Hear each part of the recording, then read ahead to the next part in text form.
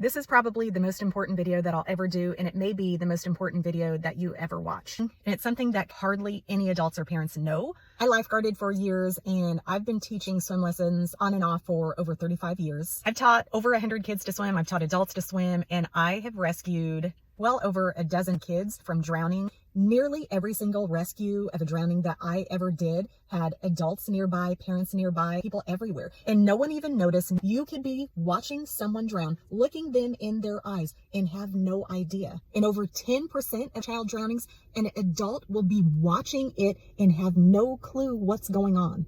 There are even over 100 drownings a year where lifeguards were on duty. A lot of lifeguards are young kids, young adults, and usually don't have a ton of experience. And if they haven't had this happen at least once, but numerous times, they may have no clue what it really looks like. And even if their instructor, when they were getting certified, did warn them what it looks like, they have a lot of people to watch, and it's like looking for a needle in a haystack. Drowning looks absolutely nothing like you've been taught, nothing like you've seen on TV or movies, nothing like people think it looks like.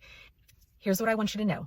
Drowning is completely silent almost every time. It's going to be deceptively calm and quiet. There's nothing at all that looks like someone is fighting for their life, that looks like someone is about to die. It happens very fast. But if they are actively drowning, they have less than a minute, likely seconds, for you to save them. So here's what a real drowning looks like. They will be staring straight ahead, typically, sometimes up, usually straight ahead, almost like in a trance. They may even be able to make eye contact with you if you're in front of them. There won't be any distress on their face. There won't be any emotion, no fear, typically blank, a trance, unless they're in that window between aquatic distress until they go straight into drowning.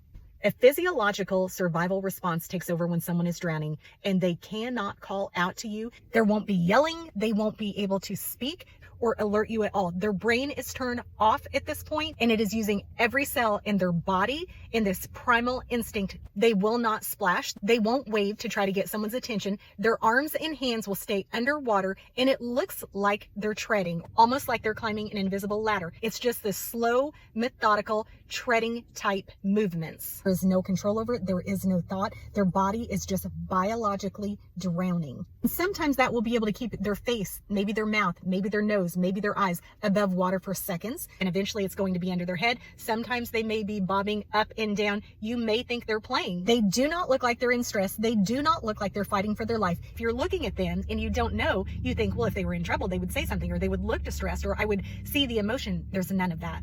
They won't grab an adult that's nearby, even if they're within arm's reach. Even if the pool wall is fairly close by, they are almost never going to attempt to reach it. And if you didn't know the kid and didn't know that they didn't know how to swim, you may think they're treading water, and you may glance at them, see their face, make eye contact, and look away without a second thought. And if you don't get them up out of the water at that point, you literally only have seconds left for them to live. Because that's exactly what drowning looks like. It is silent. It happens fast. It's shockingly calm. So someone may be in aquatic distress where they know they're in a little bit of trouble, but they're able to kind of stay above water for now, but they know that not going to be able to do that for a lot longer. In those instances where they're not actively drowning yet, they will often be able to say something to you if you're nearby. If they admit to you they're struggling a little bit, believe them. Parents, they think that there will be warning signs, that their kid will alert them if they are in trouble. It looks nothing like that in real life. And I see so many kids, a lot of their friends know how to swim, and they become embarrassed that they don't know how to swim. And so they really, really push boundaries way more than what is safe. And I've seen a lot of kids get in trouble. They get overconfident and they're embarrassed to admit that they don't know how to swim, and so they fake it. They get a little too deep in the movement of the water. You can be standing on your tiptoes and the water could be here, but the movement of the water, from people moving in the water, from a current, can slip your feet out from under you, and you could go forward a few inches and suddenly be over your head and in big trouble. Children playing in water make noise. If they're quiet, you should find out why. It can even happen with strong swimmers sometimes. Medical events can sometimes happen at any time in your life, even if you've had no history of it whatsoever. 2 examples. Seizures, for one, can happen at any age. Even if you have no history of seizure disorder, you still need to be aware, even if your kids are good swimmers. One of my kids was on the varsity swim team, and one of the other really good varsity swimmers sank to the bottom of the pool because their entire body seized up with cramps, all of their limbs, and so they couldn't save themselves, couldn't swim. Dehydration can really cause muscle cramps. You get dehydrated in the sun, you get dehydrated swimming, you're sweating and you don't even know it. And a leg cramp can put a swimmer in real trouble. If both legs or all of your limbs seize up, you may be an incredible swimmer, but that doesn't mean that you're impenetrable to drowning.